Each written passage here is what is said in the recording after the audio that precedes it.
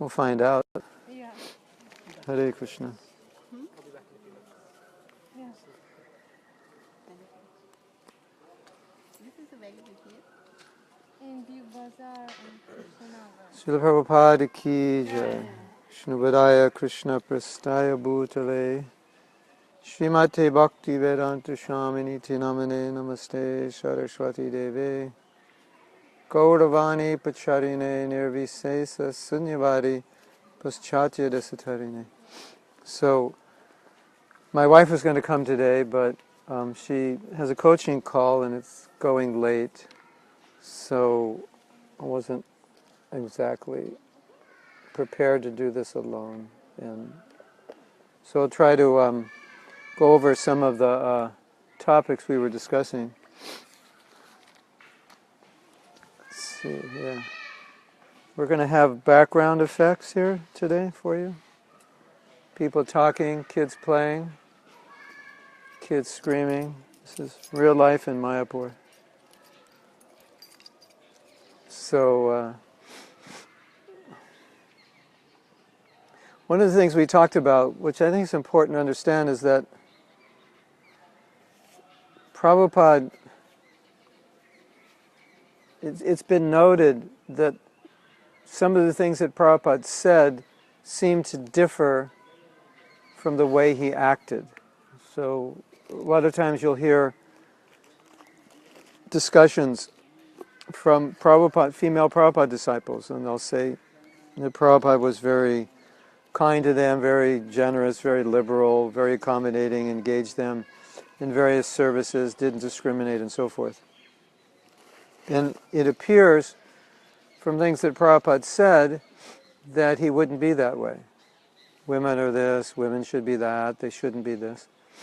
And it sounds a little discriminatory or derogatory or belittling. And I was telling my wife, we were discussing this, and I was telling her that we misunderstand the context in which Prabhupada is speaking. So from our Western context, it sounds debilitating or demeaning. If you say women are less intelligent, it sounds demeaning. If you say women should be protected, they're like children, it sounds demeaning. What means demeaning? Lowering your position, putting you into making you feel like you're less than you are, you're less than a man.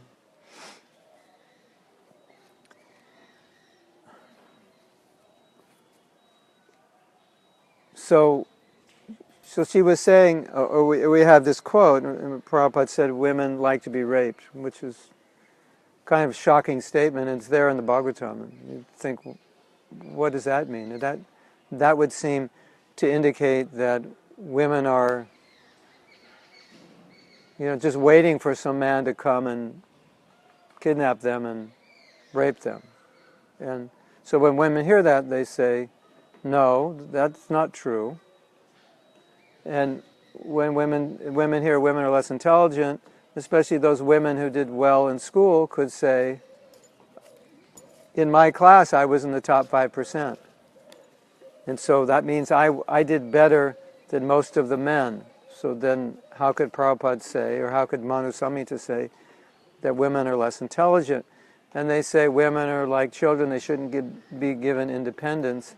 And women will say, there's so many men that, married men, that their wives have to take care of them. They throw their clothes on the floor, they're a mess, that I become like their mother. So it's like I, as the wife, am taking care of the husband like he's a little boy.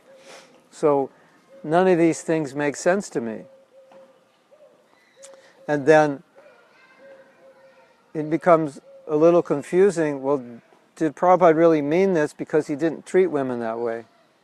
And so I was discussing with my wife, there's two things. That Prabhupada's representing a tradition, and the tradition he's representing, Prabhupada's representing a Gaudiya tradition, and so when he's saying these things, he's quoting Shastra. It's not like, okay, this is my opinion, this is how I feel about everything.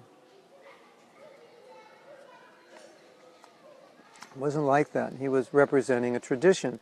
And as we know, Prabhupada wouldn't compromise the tradition.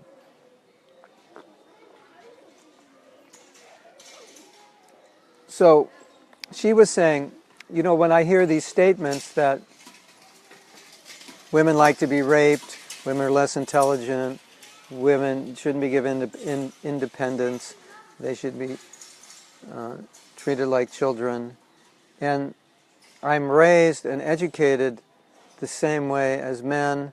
I see many problems within men as well, character problems, and giving men independence also, Kali Yuga, they misuse it. So she said that these statements, that I can't deal with them. And I said, and then she made that point, but Prabhupada didn't deal with his female disciples that way. And then I made the point that what's actually happening is when Prabhupada says something, and we see that his actions seem to be different from what he's saying, we should understand that what he's saying is we're reading into it, and the actions are not different than what he's saying. What he's saying is what he's saying, but we misunderstand what he's saying because we don't understand the context from which he's coming. If you say women are like children, they should be protected, that sounds demeaning, doesn't it? Well, you're just like a child, so we can't give you independence, right? Now, just read a statistic today.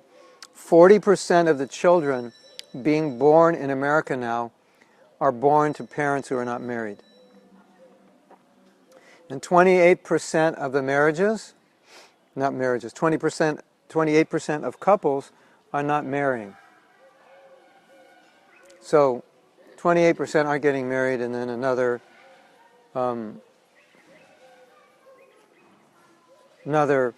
they're living together, but 28% are living together, but they're not officially married, and then the other 12% are just having kids, and they're just boyfriend, girlfriend.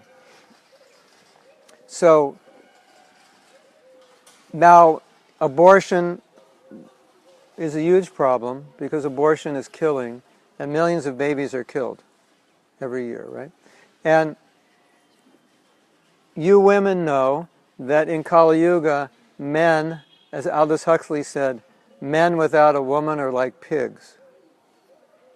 Pigs, what do pigs do? Pigs just want sex. So when men get married, they have to control their sex, and it has to be refined. They have to pay for it by working, having a home, raising children, and that's how they purify their sex desire. But when they're free of that responsibility, basically they're like pigs. They just want to associate with women for sex. And then have it and go away. And more today, men are shying away from the responsibility of marriage. Why? Because you can just have sex, and marriage is a high price to pay for sex. If you can get it without paying, why bother? It's cheaper. And so Prabhupada would say, if you want to have sex, get yourself married. He never said, get yourself a girlfriend, have sex and burn out, and then move in the brahmacharya ashram when you're finished. Which is, of course, what many of us did before we were devotees, which in one sense helped us become brahmacharis, or it helped us initially become brahmacharis because we kind of burnt out from that. But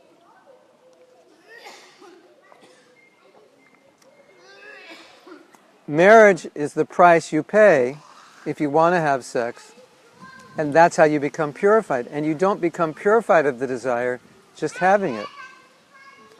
You become purified because now you have to work, you have to pay for it, you have to deal with woman's mind and woman's emotions, which are different than men's mind and men's emotions.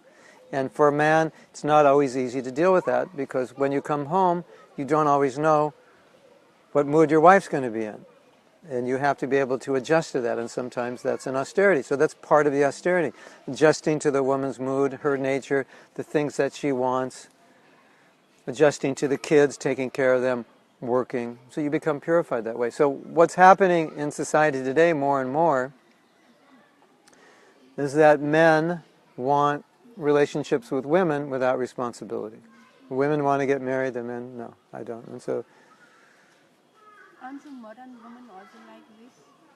They want sex without.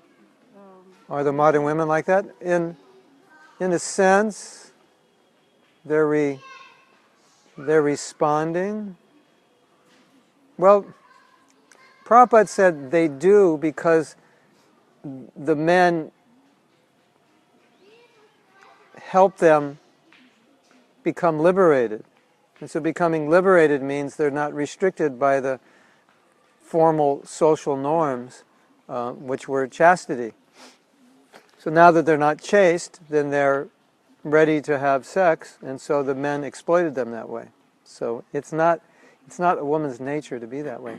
But in being liberated from the constraints, the propaganda, you're being constrained, we're going to liberate you, part of the liberation was sexual liberation. So now men had sexual partners. If women are chaste, men won't get sex unless they get married. Unchaste women destroy men. Chaste women protect men. Men are ready to be degraded. Men are basically pigs. That's how their physiology, their DNA, is basically they're pigs. What's to eat? After they eat, when can we have sex? That's, that's their nature. Okay, it's an exaggeration, but it's basic nature, right? So, when you have women that say, okay, let's have sex, then that destroys men. Then they don't have to take responsibility. And then because they don't take responsibility, then there's abortion. And which is extremely sinful. So, when Prabhupada says women are like children and they should be protected and they're less intelligent, he's not, if someone in our society says that, you think you're a misogynist. You hate women, you degrade women, you're a macho man, and like that. And so when Prabhupada says it, they read that into it. And Prabhupada's he's not coming from that place. He's coming from the place of protecting women from all the things I just described. And now, Prabhupada was speaking to a reporter, and she was asking about women having a husband or women being independent. And he was saying, if you don't have a husband, men will exploit you, and then you have two choices. You either have an abortion or you go on welfare, and then your child doesn't have a father.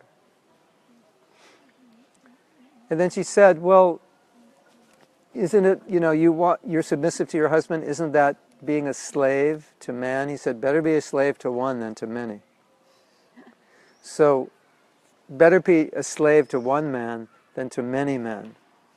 So you'll become a sexual slave. But that's what's happening. They've become sexual slaves, but they've been convinced that it's freedom. But it's actually, they can't understand that, right?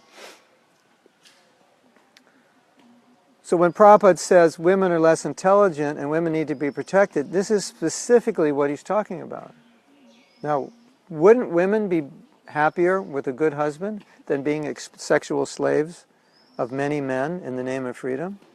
Of course. I mean, when they're 17 or 18, maybe they don't understand this, but when a woman matures, she just wants to have one good husband to provide for her. And woman's nature is, she's not a pig like a man. The sexual desire is not like a man's, so that's not what she's looking for. Men have exploited that and agitated that. So in our society now, all the women think to be accepted by men, they have to be sexy. So it's arousing an unnatural desire, or it's emphasizing a desire that, and therefore it's making it stronger than it would normally be. I was telling one devotee, he doesn't have daughters, I was telling her that we were having a course on sexual purity, and he said, well, look at how the women dress, tight pants, tight shirts, and they're just out to get you. And I said, no, they're not out to get you. It's social conditioning. That's just the way they think they're supposed to dress to be accepted. Many of the women who dress that way, they're not out to get men sexually. They're actually nice girls, but that's just how all the girls dress, and that's how the other girls expect you to dress. So it's a social convention now of being sexy, and therefore you attract men, and therefore men value sexual appeal, and therefore the institution of marriage becomes degraded because it all becomes about sex. And we know divorce often is because over sexual problems or cheating and so forth. So I want to tell you a little bit about my experience as a counselor, that many, many, many times women become attached to the wrong man because he's a nice guy, he's got a good sense of humor, they have things in common, he does good kirtan, he wears fancy dhotis, he puts on nice tilak, and she just likes being around him, and he's the absolute wrong guy for her. He never made it out of high school, she's got a PhD, she comes from a very traditional background. He came from a one-parent family, he was taking drugs at 14. It's like there's so many differences, but she likes the guy. The guy is cool, she feels good with him. And inevitably in those situations, or often in those situations, she later finds out basically the guy is a pig. He does nice kirtan and all, but his upbringing was such that he needs time to refine himself. And he was really just after sex. His sadhana has gone down the tubes, gone down the tubes. Sadhana means finished, not good. He doesn't understand women. He sometimes is verbally abusive. He's not sensitive and so forth. And there are men who are not like that, who this woman should be with. She's educated, better she's with an educated man. She's very self-controlled, better she's with a self-controlled man. Her background was very religious, conservative, better she finds someone with a similar background. And they're being abused by this man over and over and over again, and they're suffering and they don't leave him. Have you seen that before? I'm asking the men. Did the men go, yeah, I'm the one who abused her? No. Have you seen it in women? Not the ones you abused, but hopefully you haven't. And honestly, sometimes I'm looking at these women, and they're intelligent women, good students, professionals, good jobs, articulate, speak 3 languages, highly qualified in what they do, and I'm thinking, I would have never chosen this man for you. Even if you paid me $1 million, I wouldn't have. There's no way. It's so obvious to me this was the wrong. How could you? Right? And then I start thinking, Prabhupada said, women are less intelligent. Now, if I have a legal case and I find out there's a really good woman lawyer and she's the best lawyer in town, I'll take her. If I have to have a heart transplant and I find out that the best surgeon in town is a woman, I won't say, I'm going to take a butcher because he's a man and men are smarter. No, I'll take her. When Prabhupada says women are less intelligent, he doesn't mean they're not better than men in certain areas. It doesn't mean that women are better in languages, for example. Women are better in certain, their brains work in ways men's brains don't work, and men's brains work in ways women's brains don't work. So he wasn't talking about that. My experience is, when I see these things going on, my experience is, now I understand what Prabhupada meant when he said women are less intelligent. They have such a difficult time understanding when a man says, I love you, whether he actually does or he doesn't. This is my experience. Now, this is a dating tip for guys. I'm just joking, but if you ever have to use this. No, actually, this is also a advice for brahmacharis who want to stay brahmacharis. If you show affection to women, if you're nice to them. And I'm not saying you shouldn't be nice. If you show affection, if you're nice to them, if you say anything to show that you care about them, they often will think you love them or you're interested in them. And the more you do that, the more they will think you love them, and the more they'll become attached to you. Now, it may be innocent on your part. You may be nice because you're a nice person. That's just how you are. And that's how you were trained. You know, I should respect ladies, open the door for them. Oh, he likes me, he opened the door. You know, he was serving prasadam and he saw that they missed getting chapatis, and he went and got chapatis and gave them to me. I wonder if he loves me. I wonder if he's thinking of, you know. So it's a fine line, because we should respect women and be nice to them, but when men are, women start to become attached. Why? Because women thrive on affection. That's their nature. Men thrive on affection, but not like women thrive on it. Men thrive more on respect. Affection, you know, it's like you have friends, right? If they don't respect you, that's bad. If they're not affectionate, you can deal with it. But if they disrespect you, that's bad. For women, if there's not affection, that's bad. You know, if you don't treat me well, that's bad. I can't deal with that. You may not like what I do, but you have to be kind and affectionate. So men and women are different. So when you show affection to women, they can sometimes misunderstand it. So in my counseling and my work, I've seen many, many women who are in situations where they're not being treated well by men, but they're very attached to them. And they say things like, I love him. There's a radio show, no longer in America, where a psychologist would do counseling on the radio, and most of the counseling was about women in relationships with men who they love, and the men are not taking care of them or abusive. Very, very, very common. So she wrote a book, and it was called something like that, 10 Stupid Things Women Do. And it was all about their choices in men. How, you know, a man says, I love you. Oh, he's the one. He's my Prince Charming. You know, just how they make irrational decisions about husbands, or who should be their husband or boyfriend.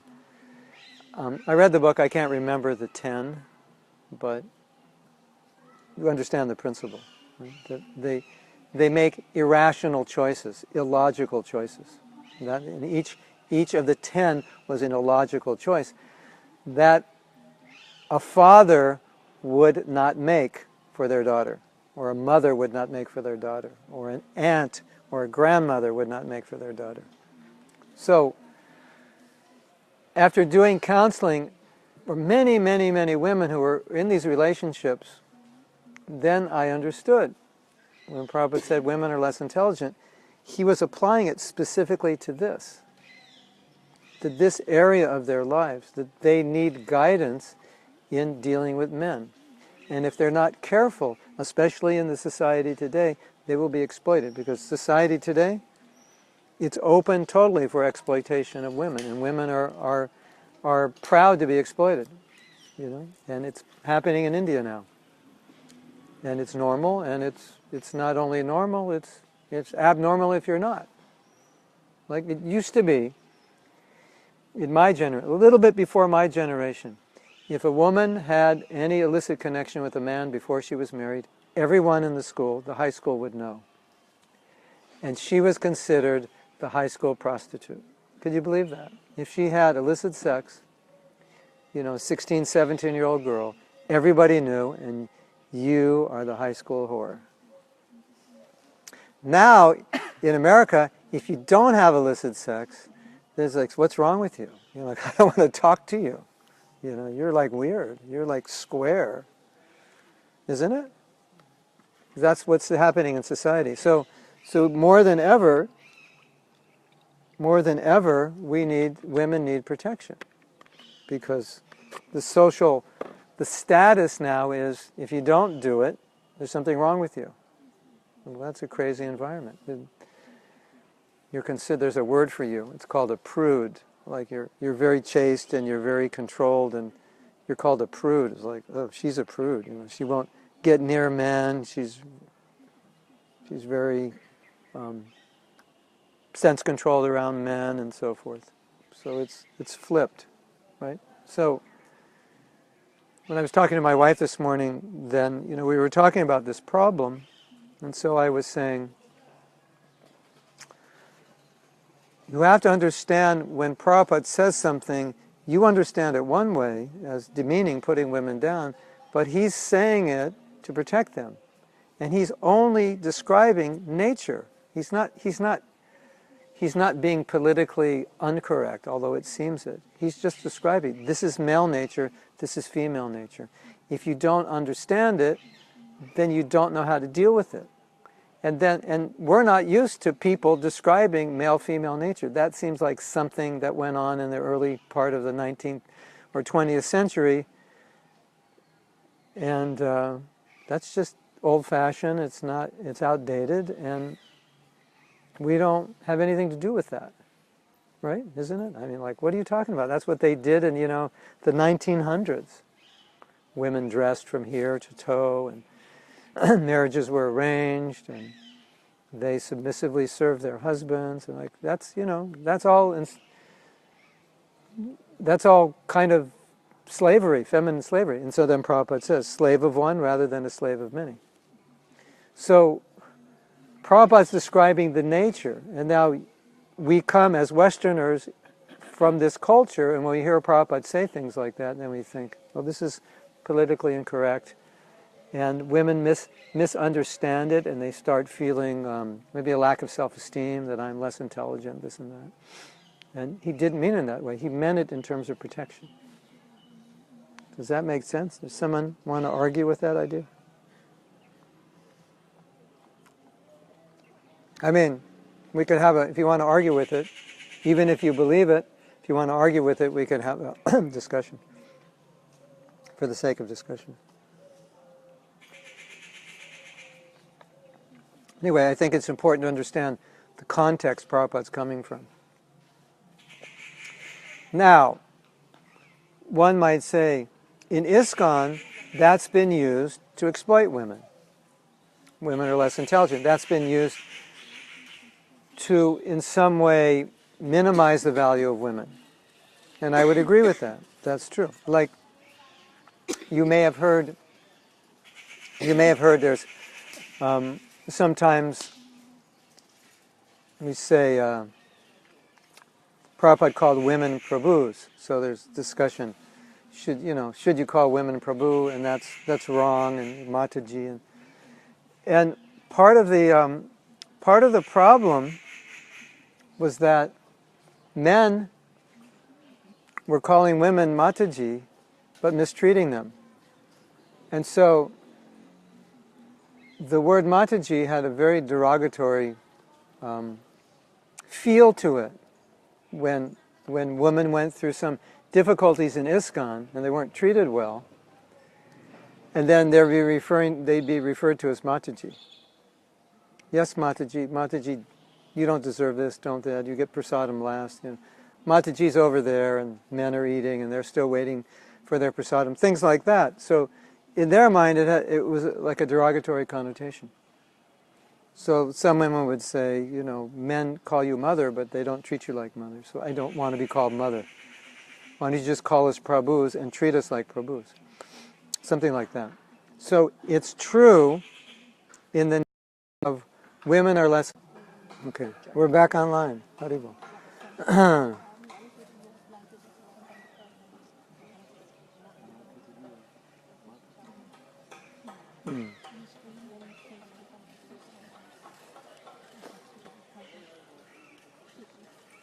So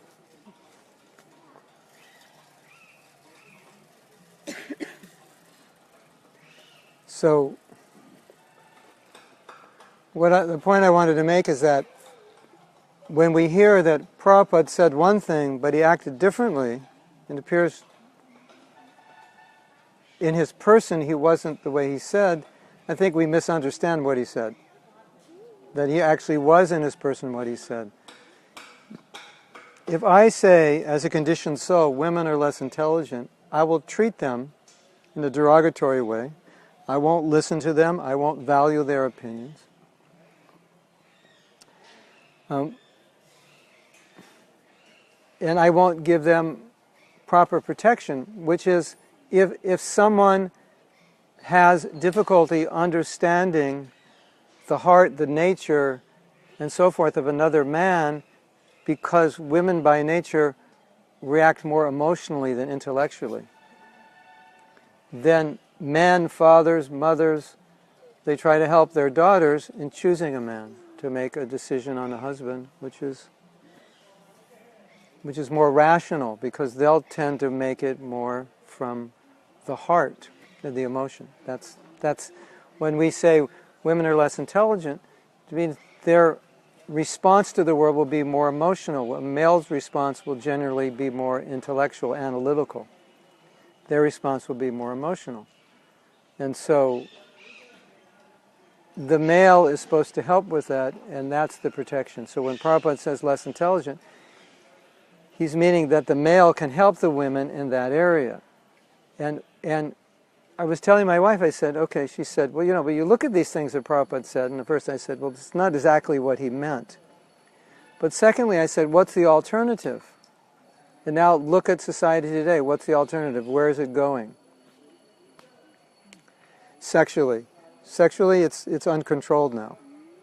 I just read an article last night that, God, I don't know the statistics, but there's a large number of women who, because of bad experiences with men, become gay and marry women.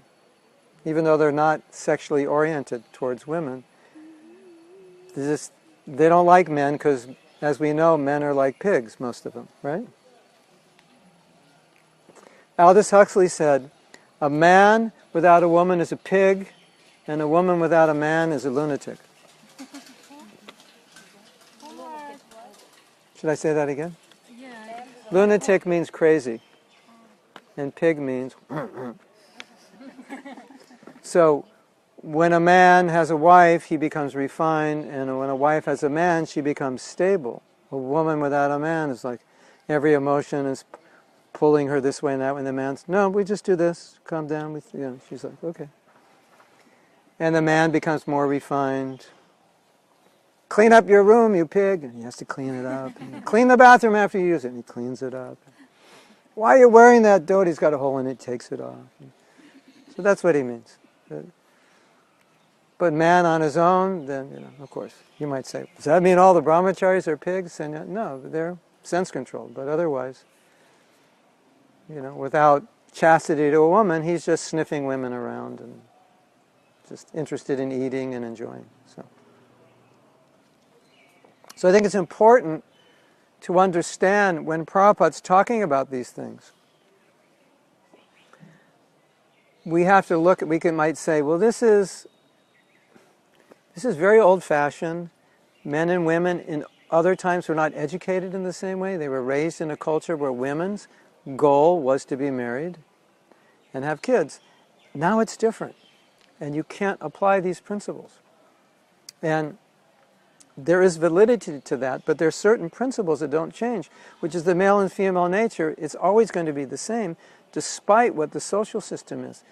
And we can see in Prabhupada's system, where there's separation of the sexes, where elders and the village helps put couples together, where women are married young, it creates a chaste environment. And it avoids this problem of children being raised in families, divorced families. It avoids the abortion problem. And it avoids the problem of single women bearing children. So, if you don't like the system, what's the solution? What's the alternative? You have a better alternative. Now, you go, Prabhu, but Prabhupada says girls should get married when they're like 8 years old. That's like crazy. Prabhupada's wife, I think she was 8 and he was 12. But They don't move into the home when they're 8, but from the age of 8, that's it. She doesn't think about men. She has a husband. Now, to us, that's like so weird. Okay, what's the alternative? Tight shirt, tight jeans, and go out to bars and meet guys. That's the alternative. Isn't it? But not in the age of 8. Until 21, they're not drinking.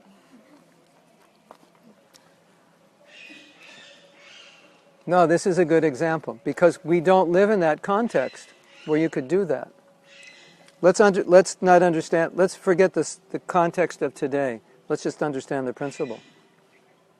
Prabhupada said the principle is, at that point, the girl doesn't have to think about another man. She has a man. She's going to be married. It's finished. It's over. And when she's 12 or so, 13, she goes to the home. She cooks for him, and at the right age, maybe for 13, 14, she moves in. That was a culture. That was in their mind. So 13, 14, they were married. That was normal. You know, by the time they're 30, 35, they're grandparents. That was normal in that culture. They weren't living as long also. So, you know, 50, 60, that was their lifespan. So, okay, for us, that's really weird, isn't it? You have an 8-year-old daughter and you say, this is your husband. And she says, okay, very good. I have my husband. It's over. And the 12-year-old boy, this is your daughter. And when you're, you know, like 18, 19, then you move in. Let's just understand the theory behind it and what's the alternative to that theory. One boyfriend after another, after another, after another.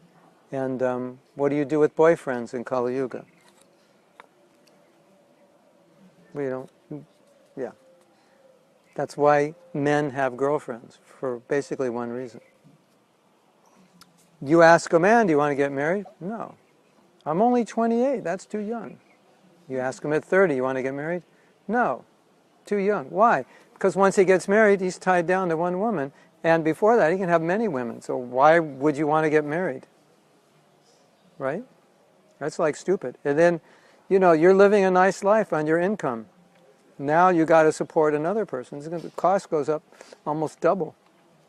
Think, how could it go up double? Because you're living in the same place. So, you know, and you're sharing, you know, it's not another house. No, it goes up double or 3 times, believe me. Because your cost of living is less than half the cost of living of a woman, what she wants. So it does go up double, even though you still are in one house. So that's the alternative. And the trajectory of society is that sexual promiscuity is increasing, increasing, increasing. And it's going to keep increasing. So unless you check it, it's going to completely destroy society. And I came to India in 75. I came back in 77.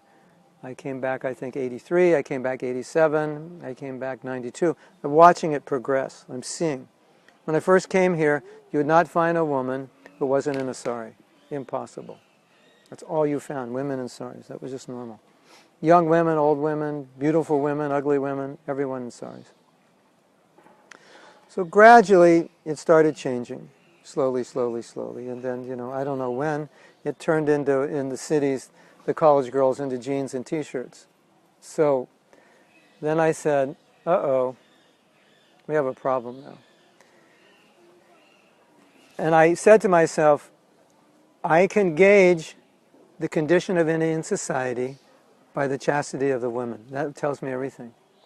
Because the men are always ready, and when the women are ready to give it to them, the whole society will be degraded. As long as the women don't give it, there's nothing the men can do.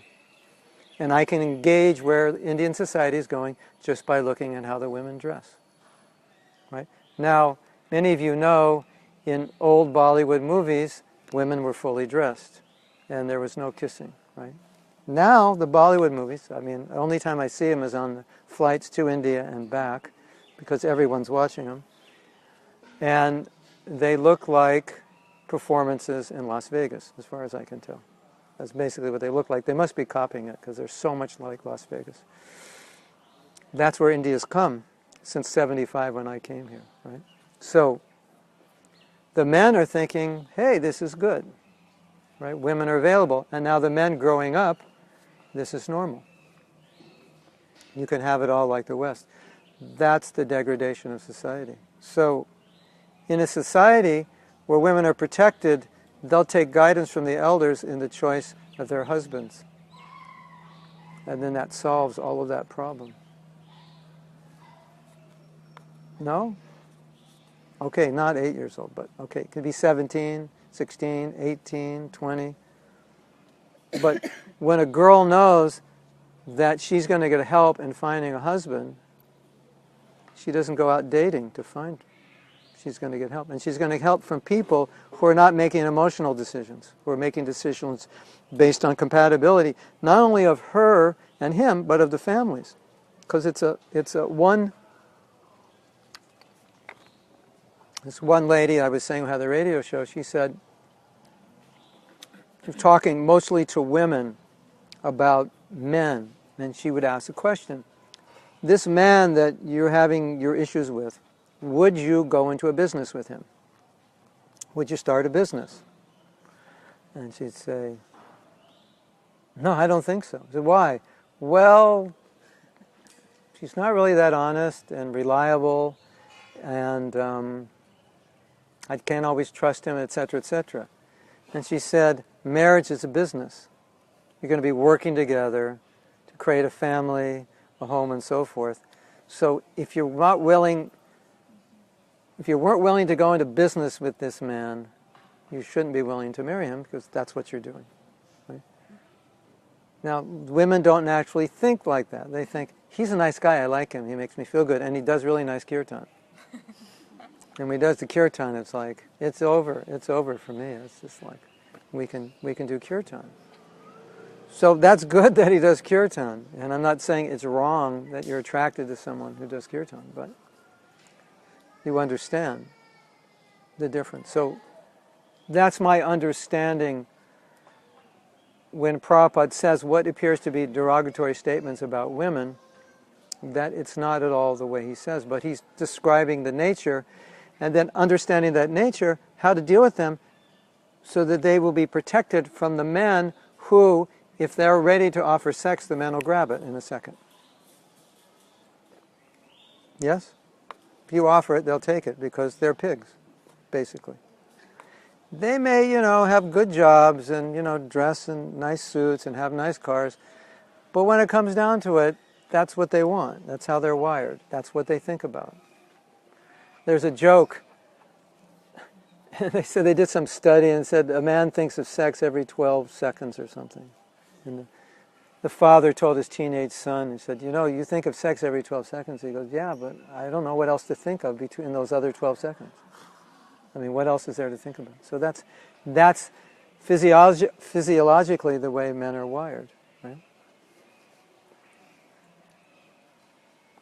Now, we have the other controversial statement where Prabhupada said women like to be raped. And so now we're reading these things. Women are less intelligent. It doesn't make sense to me. I got better grades than all the men in my school.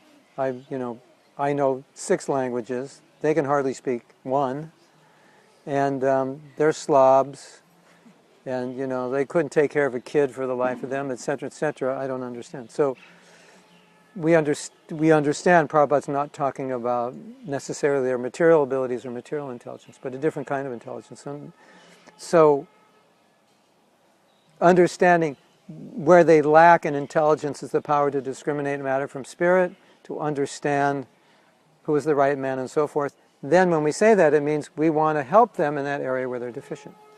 Women could say the same thing about men. They lack in certain ways, and so the compassionate attitudes let us take care of them in certain ways that they lack. But anyway, this is how it comes down in our scripture. Men can help women spiritually, and women can help men spiritually. Now, Prabhupada says they like to be raped. Okay, that's like, how can I accept that?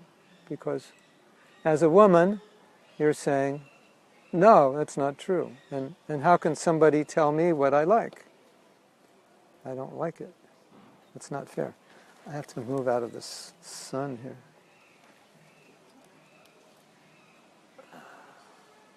Yeah, better. So then this became a controversy that maybe we should take this out of the books, or maybe we should footnote the books and explain. So with some research,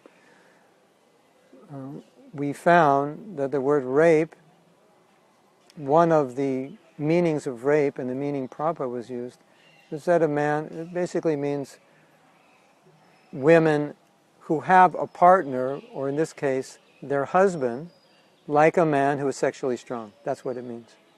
And I think the context it was used was in that relation, in the Bhagavatam. Does anyone remember the story where that reference came up? But I think it was some story like that. Isn't it interesting the Bhagavatam has stories about sex and you're supposed to be celibate? You know, devotees are like, the Hare Krishnas talk more about sex than my friends before I was a devotee. And they talk about it right in the classes, like what's going on. We're just confronting the reality of it. But it was some context where a man was sexually aggressive. They were married or it was consenting. So it was a point Prabhupada was making. I don't know why he made the point, what the exact context was. And so, devotees, can you read, you want to read the purport? What the context of the story was? The whole purport? Or just the context, what was, or the verse? Or? It had to be something in relation to the union of a man and... This is she talks to Puranjana, O king, O my dear hero, who is in this world will not accept a husband like you. You are so famous, so magnanimous, so beautiful, and so easily gotten. So, and... Yes. So basically she's glorifying her husband. Yeah. So in the end, Srila Prabhupada, in the purport, he said, in this regard, the word Vikyatam is very significant. A man is always famous for his aggression toward a beautiful woman, and such aggression is sometimes considered rape. Although rape is not legally allowed, it is a fact that a woman likes a man who is very expert at rape. This aggression. Expert at sex, basically. Yeah. All right. So that's materialistic women. So that's the point. So then you hear that and you think, well, this is not true, and Prabhupada's saying something I can't accept. And then we understand he's just making a statement of nature. So when in our society, sometimes it's not considered politically correct or respectful to actually describe the nature of a man or a woman. So we were raised more that men and women are meant to be seen more equally. And only recently, I don't know, in the past 10 or 20 years, these books started coming out showing how men and women are so much different, both psychologically and physiologically. Mars and Venus, and a lot of later books after the Mars and Venus, John Gray is his name, he came out with another book about biology, how the biology is affecting the differences. And prior to this, in our society, which is, we're trying to make men and women more equal, and in many ways that was good, but in some ways we cross the lines where they're not equal, they're different, and we don't make those demarcations. And then when you do, people think you're a misogynist or think you're prejudiced or you're not politically correct. And so we, coming from that culture, may sometimes read that into things that Prabhupada says. When actually he's just describing nature, because if you understand your nature, then you can deal with it, right? Now, if I tell the guys you're like pigs, they just laugh. They know it's true, but men can do that. Because that's how, now if a woman tells a woman you're a pig, she'll get slapped in the face by her friend, or she'll just run away, right? So, I just described the nature of male and female. Men can abuse one another, and they kind of enjoy it. I think it's fun. You know, he's late to meet you. Go, I know why you were late. You were sleeping, or you were doing this. You were eating, 25 chapatis. That's why you're late, huh? And they'll just laugh. that's men, that's what the pigs do, right? Isn't it? So it's not, I'm not finding fault with them, I'm just saying that's what men do, that's what they're like, But women are different. I think Prabhupada was only describing the nature of male and female so that males and females could know how to function better, both individually and together. That this is what you're like. It's not a criticism, it's just what you're like, so deal with it. Right? But then in Prabhupada's times there must be so many misunderstandings. Like when Yamuna write her book, what she all had to tolerate. Well, the misunderstanding comes when it's handed down to people who come from a different culture who don't understand the context. Then they get it, then they mistreat. If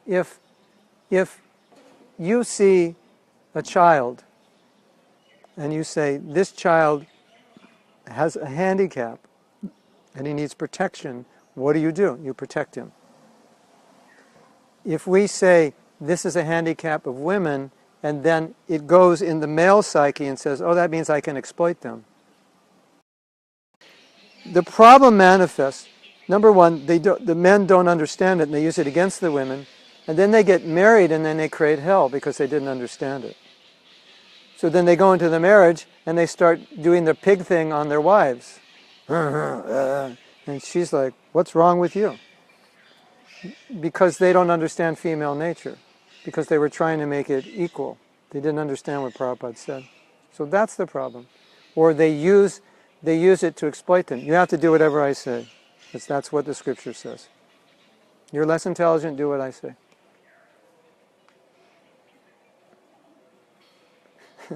You ever hear that joke Bhaktivedanta Purnaswami makes? He said, if you say women are less intelligent and you married one, what does that make you?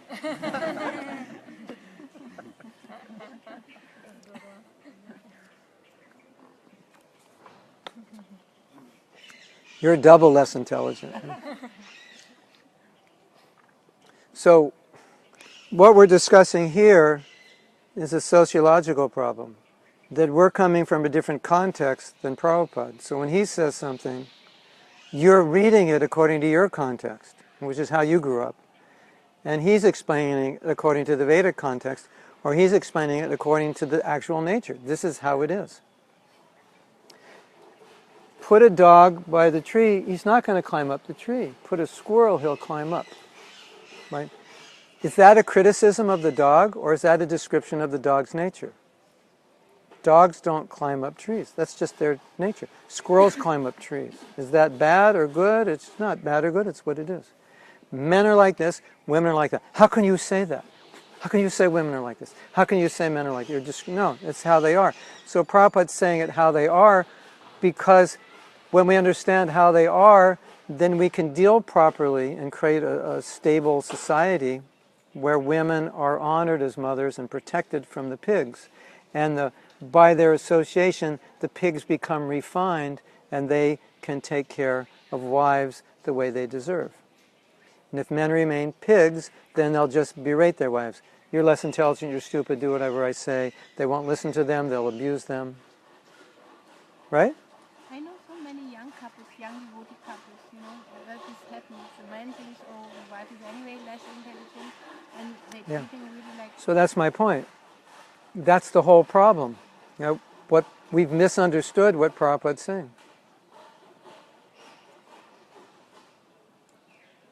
And actually, one thing for the men that you should know, amongst women, when they look at you, very often they think you're way less intelligent than they are, because they see you making stupid decisions and doing stupid things. So, you might be thinking you're the most intelligent, but they're not seeing you like that, always. I mean, you might give a great class and like that, but then after that, you'll do something foolish. And so, just because Shastra says women are less intelligent in that one certain area of dealing with emotions, doesn't mean we can't be intelligent, less intelligent in many other areas. And they see that. Right? You see that? Especially if you're married to one, then you have first-hand view of some unintelligent things they do. Yes? So,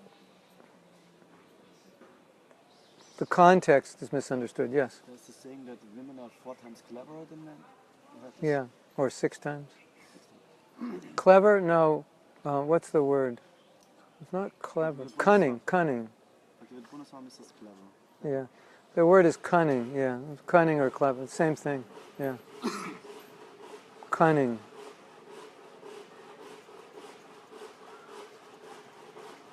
Well, whatever they are, men will use that against them, and that's a mistake. All right.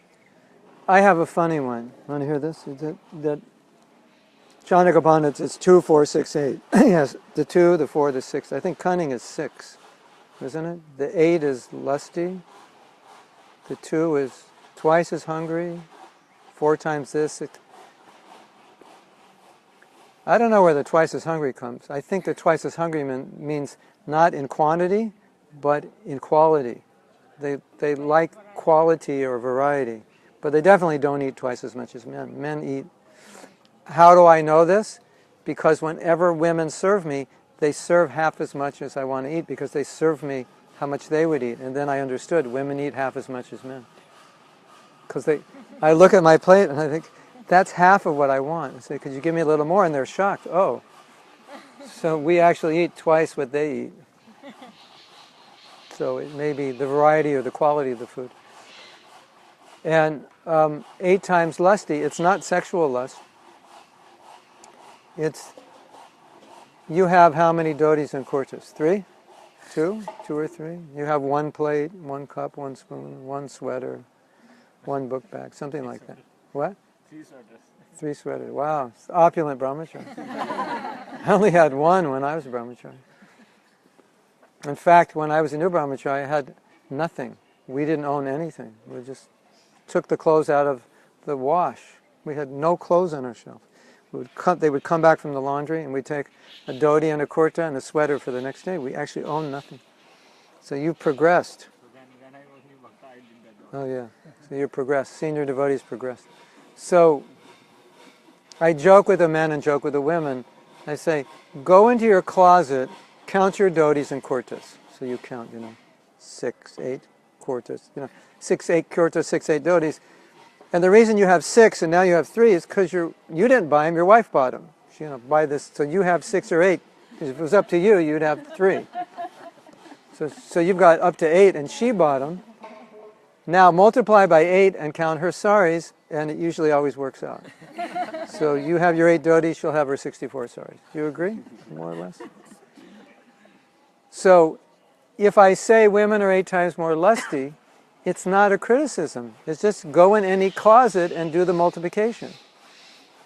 And that's what you'll get. Now, some men like really nice clothes and they like to have a lot. And if you go in my room, I have a lot of dhotis because everybody gives me dhotis. But before I was married, I had 3. Kurtas, 3 dhotis, 1 or 2 sweaters, 1 plate, like that.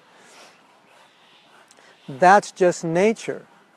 Some men may have more, that's their nature.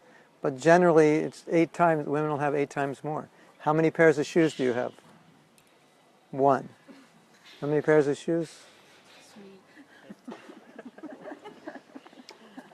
Devotee women have less, but it's very rare a devotee woman will have 1 pair of shoes. If she does, she's very renounced.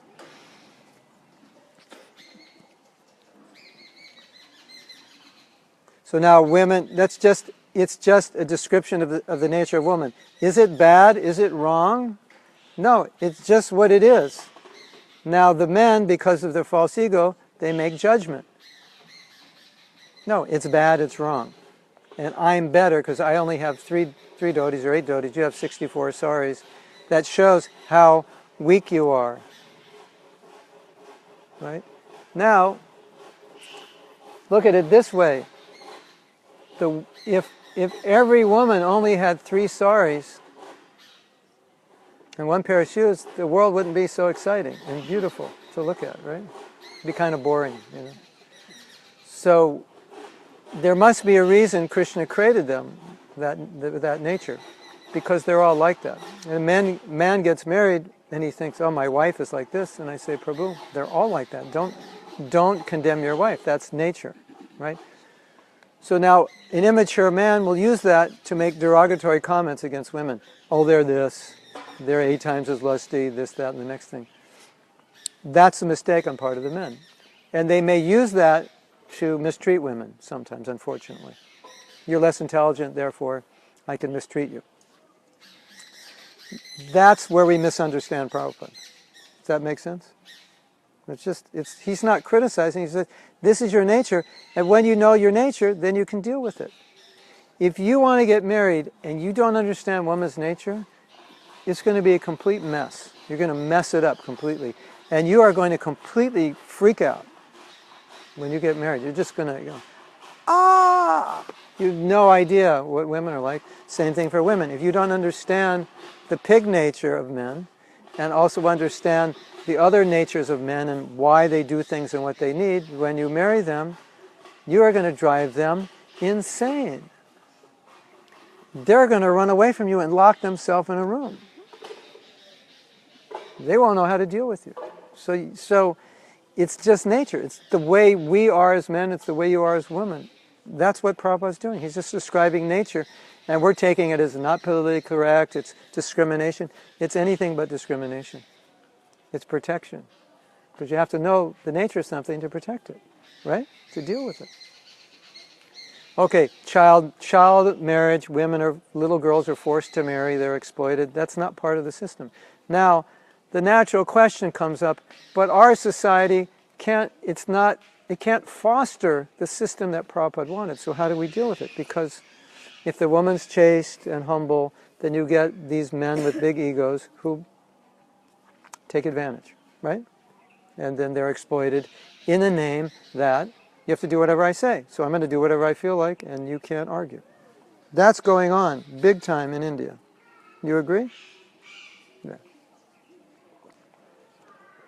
That's like, I'm a guru, so I can tell you to do anything. Go climb up that tree and sit up there for 24 hours. You have to do it because I'm your guru. Now, what would you all think? You'd think Mahatma's like nutty. He's torturing this poor brahmachari. Sit in the tree for 2. Yeah, I don't want to see your ugly face. Go sit in the tree. And I'm your guru, and you have to do that. And then Prayag says, it's like the reporters ask us a question. If your guru asked you to jump off a building and kill yourself, would you do it? And the answer is, he wouldn't ask me. Because if he's a real guru, he wouldn't ask me. That's the answer to that question. There are incidents where the guru did that. He jumped off or someone else did? He asked somebody else to jump and he jumped. To kill himself? Half. He's in wheelchair now. Yeah, so that's not a guru. So, the woman should be chaste to the husband, and then the husband says, therefore you have to do anything I ask. And he doesn't set an example, he's not a husband. So they misuse the position. It's very easy to understand it in terms of guru. If a guru misuses his position, you reject him. It's right there in the Shastra. And nobody would have any doubt about it. If a guru is abusing disciples, if he's taking advantage of it, if he's living a licentious life, you're bringing him money, and he's living a licentious life, after a while you would just say, this is crazy. I'm collecting all this money. I don't even see him at the temple. I don't know if he's chanting his rounds. He's living in this, penthouse suite. This doesn't seem right. It would just make total sense to you. So why doesn't it make sense if a man's doing the same thing? And the man thinks, I can do that because she has to follow what I say. It doesn't work. That's the problem. So knowledge misunderstood in the hands of the wrong people gets misused. So what Prabhupada is saying, which seems derogatory, is just for the protection of women. Now, want to hear another funny thing from Bhaktivedanta Purna Swami? Someone asked him, I don't know if it was a criticism or they were just asking, it said, I've heard your classes, that in your classes you spend a lot of time talking about the problems that men cause to women. and how men should act as good husbands. Some of the problems we're discussing now about the mistreatment of women as husbands. So, why are you always doing this? You're really on the case of men. To teach them what it means to be a good husband, to be sense-controlled, how to be patient, how to deal with women's emotional needs and so forth. Why always men, men, men? And he said something, and I think it's amazingly insightful and perfect. He said, I'm trying to protect the women from the men who are supposed to protect them. I'm trying to protect the women from the men who are supposed to protect them, because the men don't know how to protect. And this pride is an aspect of that male sexual energy, just control and dominance, and that's the male nature, to control and enjoy. And when a man gets married, he's going to go one of two directions. That tendency is going to get stronger, or it's going to get weaker. It won't stay the same. It's going to go one way or the other. And if it doesn't get weaker, he's going to destroy the relationship, because as a devotee, it should get weaker. He should become servant. The male ego has a really difficult time serving a woman. That's a hard thing for a man. Did you notice that? It's like, I'm the man, right? That's a perversion, because a real man wants to serve.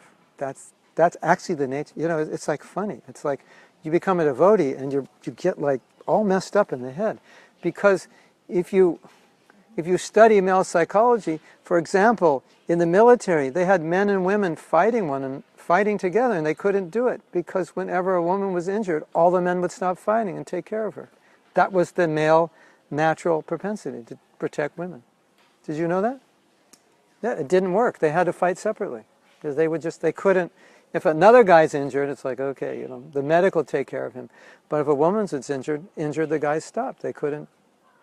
That's male psychology. If a man can't provide for his family, can't take care of his wife and children, he feels his life is a failure. That's a really strong desire. He comes to ISKCON, and it's like, let me just hear and chant, you go work, I just want to read Bhagavatam. It's like everything changes. I'm not going to serve you, I'm a man. What are you talking about? It's like so weird. The male nature gets all messed up through philosophy, the misunderstanding philosophy. Women are less intelligent, men this, men that. So rather than becoming men, we start to become some weird species, and therefore Bhaktivedanta Purna Swami has to say, I have to protect the women from what these men have become through misunderstanding philosophy. Have you noticed that? Like the thing that is supposed to protect them becomes a thing used to exploit them. Women are less intelligent. What does that mean? You don't even know what it means in the first place, and you use it to exploit them. Well, you're supposed to use it to protect them. Right? So, what does it mean to be a man? When you become a man in ISKCON, all of a sudden it means something really weird. Like, well, I'm not going to listen to no woman. I'm a man. If you're not going to listen to a woman, don't get married. Because once you get married, that's all you're going to do. And if you're not into, so is there any, isn't it obvious why we have so many troubles in our marriages?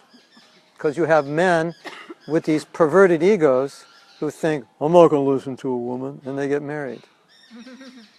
Does that work? I'm the man, I'm intelligent, she's going to do what I say. Yeah, right, she's going to do what you say, yeah. Good luck. Yeah. That's crazy.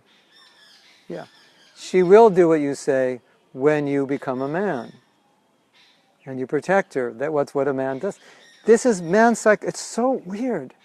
You do any studies, they say that a man, his nature, his very nature, is that he feels if he couldn't provide for his family as well as he should have, he feels his life is a total success.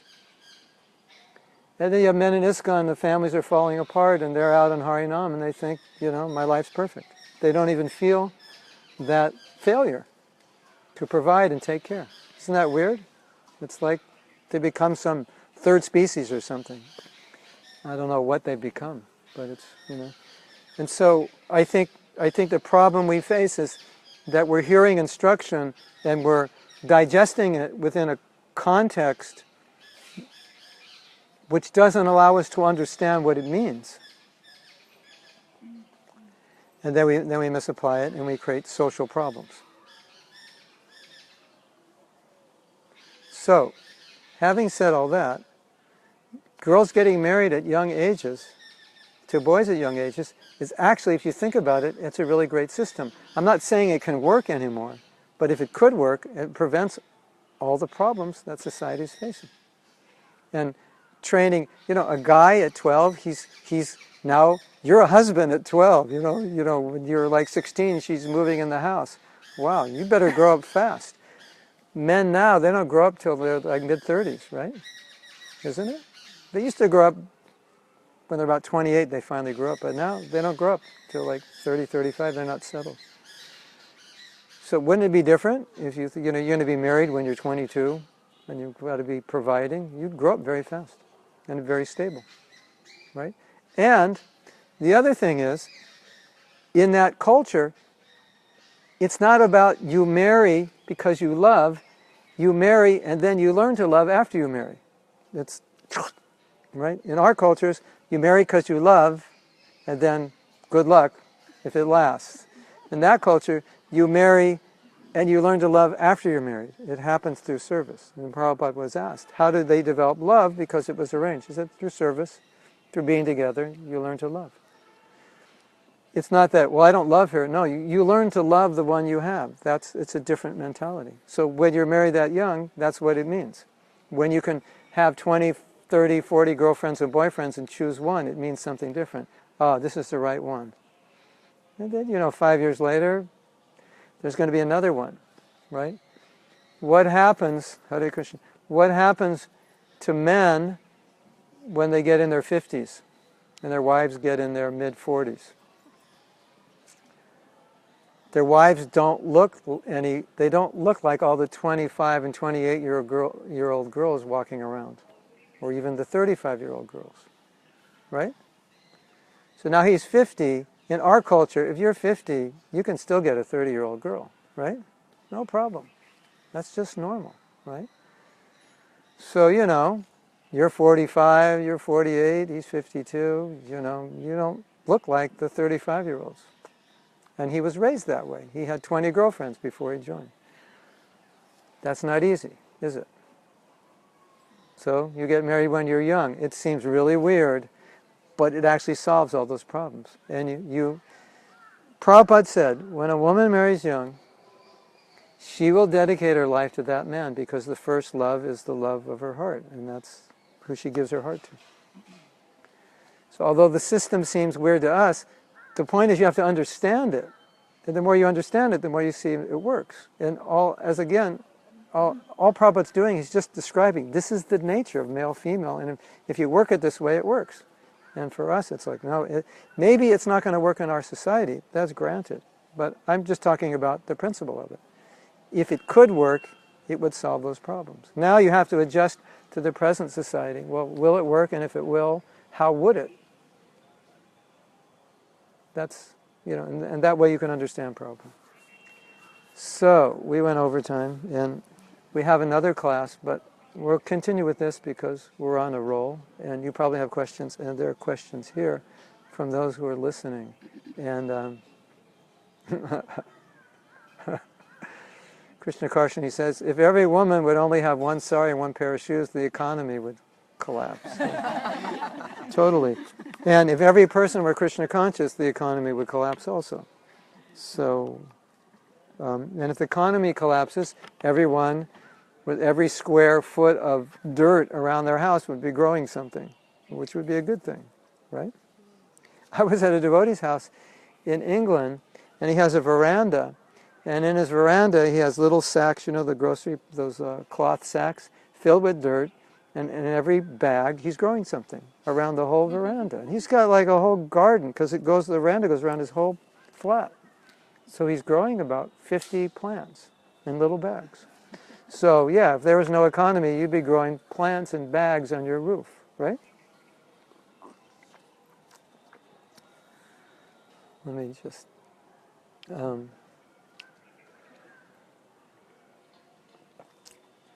we have questions.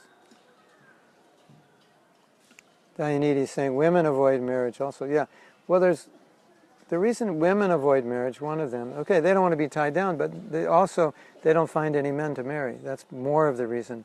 Men don't want to take responsibility, but women more, just they can't find the right guy. I was in Argentina in April in a little town, and they have a loft program, and one of the things they do there is they teach Bhagavad Gita. So how they get students for the Bhagavad Gita is they teach yoga. And as you know, yoga attracts a lot of women. So practically all the yoga students are women in their 30s, and there's lots of them. And they're becoming devotees through the Bhagavad Gita class. Most of them are coming to the Bhagavad Gita class. And when I came there and did my programs, it was mostly women without men. And I said, what's going on? It's like all women in their 30s and no men. Are they not married? And they said, no. I said, why? I said, because there aren't any men to marry. That's why they're making the devotees, because the women have nothing to do, so they come there. And you'd think, they're getting large numbers to the Bhagavad Gita class because it's just another night with nothing to do. So that's one of the reasons.